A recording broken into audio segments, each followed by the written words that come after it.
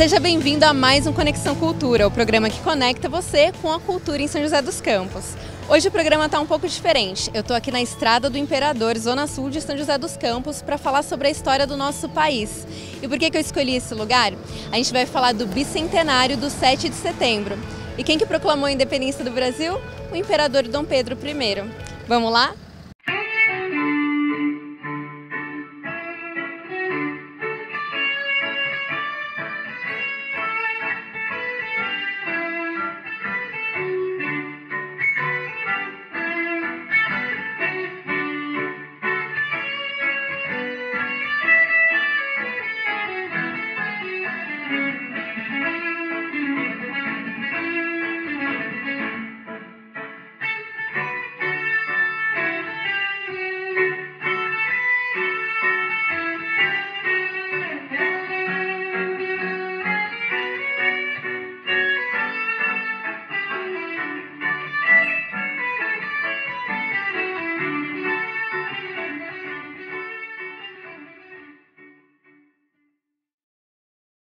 E sabe por que o programa começa aqui na Estrada do Imperador? Foi por aqui que Dom Pedro passou a caminho de São Paulo para proclamar a independência. Para saber como isso se refletiu na nossa região, eu vou conversar com a pesquisadora Maria Papali e o professor Fábio Monteiro. Essa caminhada dele aqui foi para buscar as lideranças paulistas, né? E fazer com que ele ganhasse mais adesão, para que o processo fosse feito no sentido de adesão e não de desmembramento. Foi na verdade, foi uma articulação política. Ele fez na verdade, vamos chamar isso de uma campanha política que ele estava fazendo para buscar, né, a adesão dos paulistas, que estavam os mais complicados, que estavam com um problema maior. Uma vez lá, o Bonifácio e a Leopoldina já tinham encaminhado todo o processo da independência, né? Vale destacar, acredito que tem dois aspectos aí que é importante a gente dizer também para a população, que é o seguinte: no dia 6 de agosto de 1822 houve um manifesto pela independência. Esse manifesto é uma carta que está na mão da estátua de José Bonifácio no centro do Rio de Janeiro. Essa estátua é importante porque ela foi, digamos, o grande monumento criado para poder celebrar os 50 anos da independência em 1872. O grito é dado no dia 7 de setembro, só que a independência de fato, digamos, em termos jurídicos, em termos concretos, ela só ocorre no dia 12 de outubro, ou seja, praticamente 3 semanas depois. Então, o que nós, brasileiros e brasileiras, celebramos, na verdade, é o grito da independência, não a independência de fato, né? E a escolha por essa data é uma escolha histórica, né? Professora, você falou que, então, ele parou nesses lugares, que lugares aqui no Vale do Paraíba? Taubaté, quais eram as cidades grandes? Taubaté, Pinda, Guará, são regiões que tiveram a presença. Quando ele saía todo com um séquito de seguidores, de pessoas que iriam ajudá-lo. Ele não ia sozinho, obviamente que não. Ele tinha que ficar em algum lugar.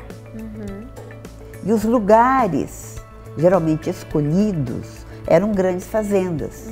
Aquelas que ofereceriam mais conforto, que iriam poder recepcioná-lo melhor, né?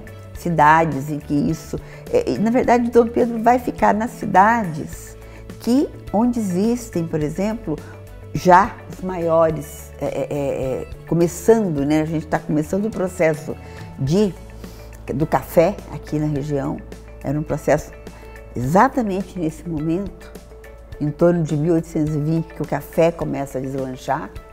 Então ele vai ficar em algumas regiões que são regiões que estavam já começando a prosperar, regiões que tinham tido notoriedade, por exemplo, no plantio e na lavoura de cana-de-açúcar, como é o caso de Guará, de Pinda, né, um pouco Taubaté, que também são cidades que já estavam...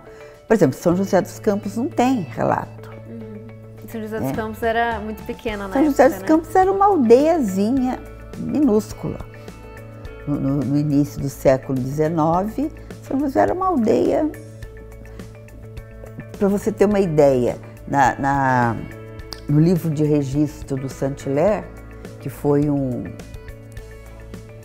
viajante europeu, né, francês, que passou por aqui nessa época, exatamente nessa época, ele registra Taubaté, Jacareí, Pinda, Guará, e não fala nada de São José dos Campos. A gente sabe, por exemplo, que aqui na cidade de Pindamonhangaba, né, houve 30 homens que foram escolhidos para poder compor a Guarda Imperial. Então, nesse trajeto da independência de fato, né, nos acontecimentos em torno do dia 7 de setembro, nós tivemos 30 pindamonhangabenses que acompanharam de fato o imperador. Eles foram escolhidos a dedo e tudo mais. Tanto que em 1972, agora, há 50 anos atrás, na celebração do sesquicentenário, né, dos 150 anos, a cidade de Pindamonhangaba foi a única, de fato, do interior do Brasil a receber os restos mortais do Dom Pedro, que vieram para poder ser, então, digamos, reenterrados, né, de maneira simbólica aqui no Museu do Ipiranga, entendeu? O corpo passou, os restos mortais passaram por todas as capitais, mas Pindamonhangaba foi a única.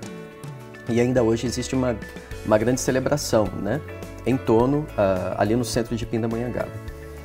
Agora, a respeito de São José dos Campos, eu conheço lendas, eu conheço histórias de que ele teria passado por esta região. E as histórias que existem, histórias aqui com letra E, né, de histórias do que se fala, é que então existiria uma passagem aqui na avenida que a gente chama de João Guilhermino, né? Tanto que você tem as palmeiras ali, que são palmeiras imperiais.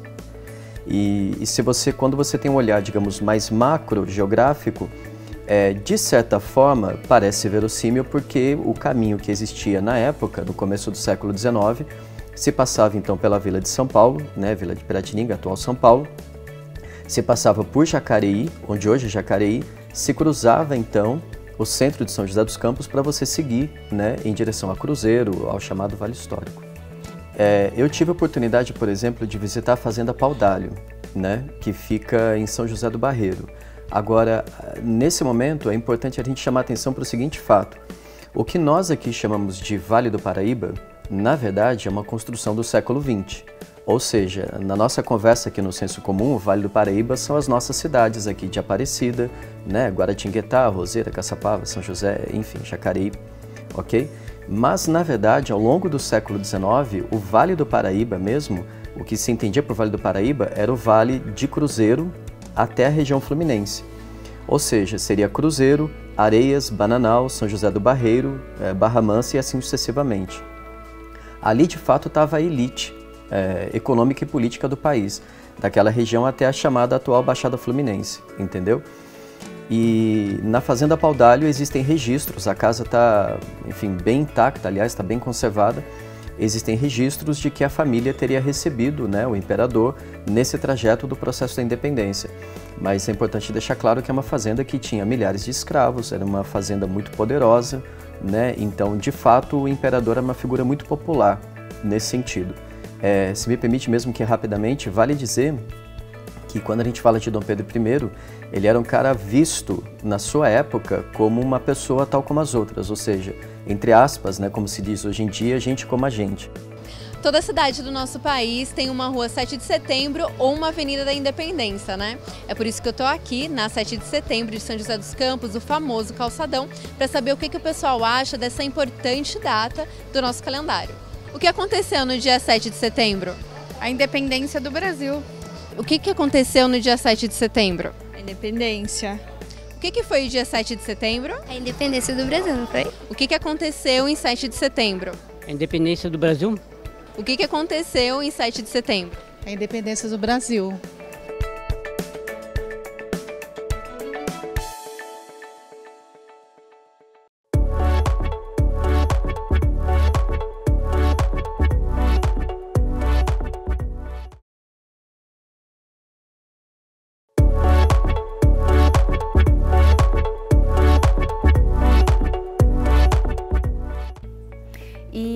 Em alguns países, né, Estados Unidos é exemplo, essa festa de independência, ela tem a característica de festa, de fogos, né, esse tipo de coisa.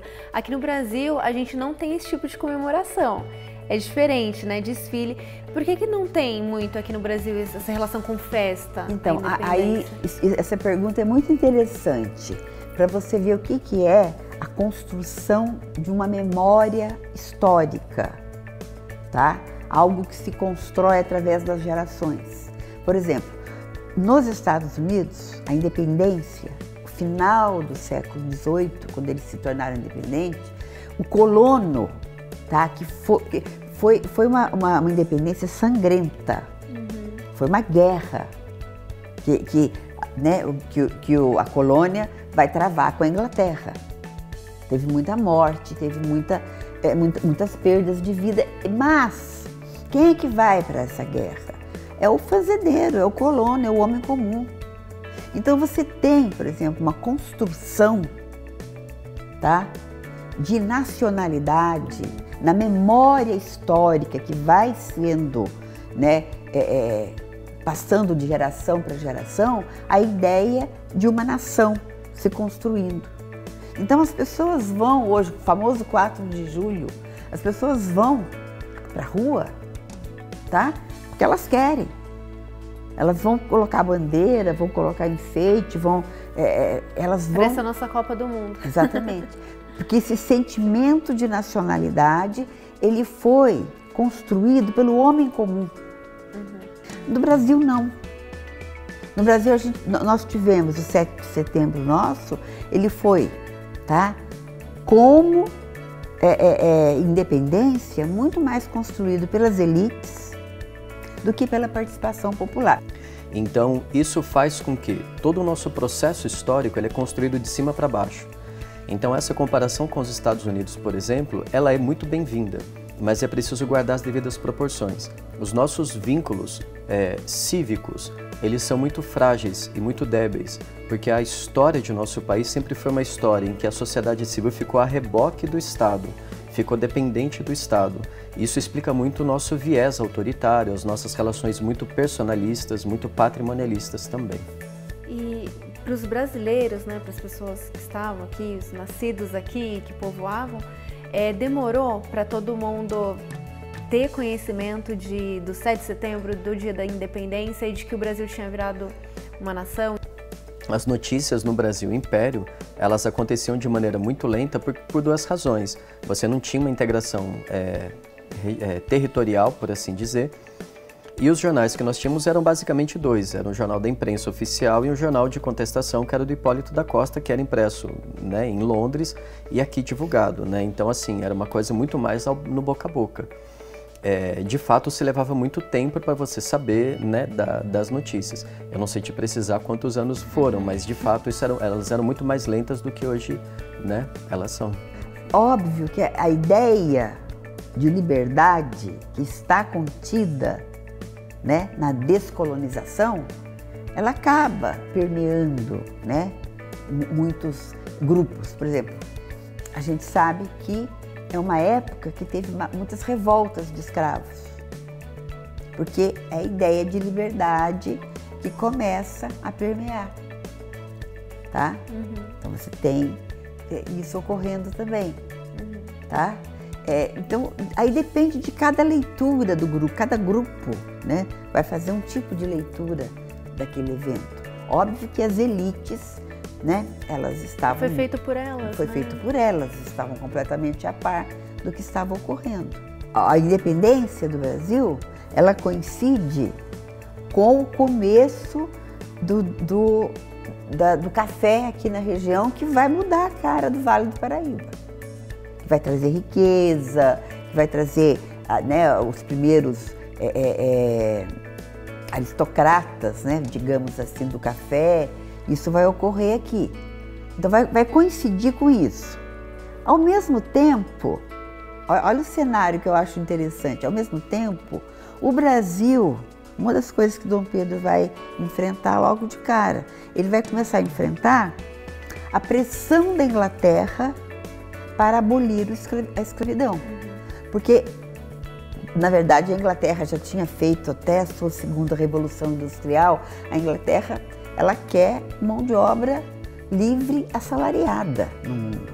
A escravidão, ela não combina com o capitalismo maduro, né? São incompatíveis. Então ela vai brigar pela libertação dos escravos, não porque ela fosse a boazinha da história, porque foi uma das grandes traficantes foi a Inglaterra, mas porque o momento histórico era outro. E exatamente aí é que vai residir um grande problema, porque aqui, com o café começando a avançar, qual que é a mão de obra majoritária que vai ser utilizada? A mão de obra escrava de origem africana. Então, aumenta o tráfico. Ao invés de diminuir, o tráfico com a África, com o café, ele aumenta de uma maneira muito forte. E o Brasil a monarquia sofrendo pressão, o Estado sofrendo pressão. Então ele vai conviver, tá? E com o avanço do café, os cafeicultores, eles se tornam muito fortes. O Sudeste, principalmente São Paulo, a região aqui, ele se torna o polo econômico da época. E ele se torna o quê? Né? Na verdade, a monarquia, ela precisa do cafeicultor. Ela precisa das oligarquias cafeeiras. Que economicamente era aqui que naquele momento o dinheiro estava, a economia, o Brasil estava vivendo do café. Uma vez independente, o Brasil, digamos assim, em primeiro lugar, no plano doméstico, no plano político, é importante deixar claro que existiam diferentes projetos de Brasis em jogo. Em primeiro lugar, existia um projeto conservador, e na época já era chamado de conservador, e que foi o que de fato venceu, né? Muito encabeçado por Leopoldina e José Bonifácio. Era o projeto que defendia um governo central, né, com uma constituição forte, sobretudo baseado na pessoa do imperador. Um segundo projeto, que foi o projeto derrotado, que era um projeto brasileiro, que era um projeto que defendia uma constituição liberal baseada em todos os valores iluministas, na divisão dos três poderes, no voto representativo, na instalação de um parlamento, né? Mas esse projeto não vingou, né? Esse gabinete, essa Assembleia Constituinte, ela foi logo dissolvida em funções de tensões políticas e foi o próprio gabinete do imperador, então, que escreveu a nossa Constituição. Bom, então, desde a nossa independência, seria interessante a gente olhar para a história de nosso país, portanto, da seguinte maneira. De 1822 até 1889, que o Brasil se torna império, nós temos 67 anos de império. Proclamada a República em 1889, a gente tem a chamada Primeira República, o que vulgarmente, infelizmente, ainda é chamado de República Velha, ou então República do Café com Leite, que são termos construídos pela Era Vargas, e a gente precisa renovar essa leitura. E logo depois nós temos um regime autoritário, porque o Vargas, quando chega ao poder em 1930, ele literalmente rasga a Constituição de 91, que é a Constituição Republicana, e ele governa de maneira discricionária, e a gente sabe muito bem onde isso vai dar com o nosso envolvimento na Segunda Guerra Mundial e tudo mais. Acaba o regime autoritário de Vargas, de 45 até 64, convido vocês a pensarem, é um regime republicano, e é a primeira vez de fato em que as mulheres votam, em 45, somente em 1945, e nós temos uma república que dura 19 anos. Então, digamos que a pessoa que tinha 18 anos na Segunda Guerra Mundial e ela assistiu à ditadura de Vargas, ela aos 40, ela vai assistir ao golpe de 64 e à ditadura militar. Agora, em 1988 para cá, nós temos 34 anos de regime republicano. Em resumo, quando você coloca na régua de 1822 até 89, são 67 anos de império, de monarquia. Ao longo dos nossos 134 anos de regime republicano, desses 134 anos, a sua grande maioria, ou seja, de 15 mais 21, você tem 36 anos de regime autoritário. Os outros períodos, eles foram períodos marcados por grandes crises políticas, né? Como, por exemplo, o suicídio de Vargas, a tentativa de golpe contra o JK, né? E os dois impeachments, tanto de Collor quanto de Dilma, que evidentemente, né, um processo de impeachment, ele sempre coloca em xeque as instituições democráticas e liberais de um país. E é importante a gente estar bastante ciente disso daí também. Como que você se sente sendo brasileira? Eu sou brasileira, com orgulho de ser brasileira, mas apreensiva também. Nós temos um país que a democracia é uma instituição frágil, infelizmente. Nós não construímos ainda, tá, um país onde democracia seja uma instituição indiscutível. Eu acho que essa é uma pergunta bastante desafiadora e que é uma pergunta que todos nós deveríamos, em algum momento, nos fazer.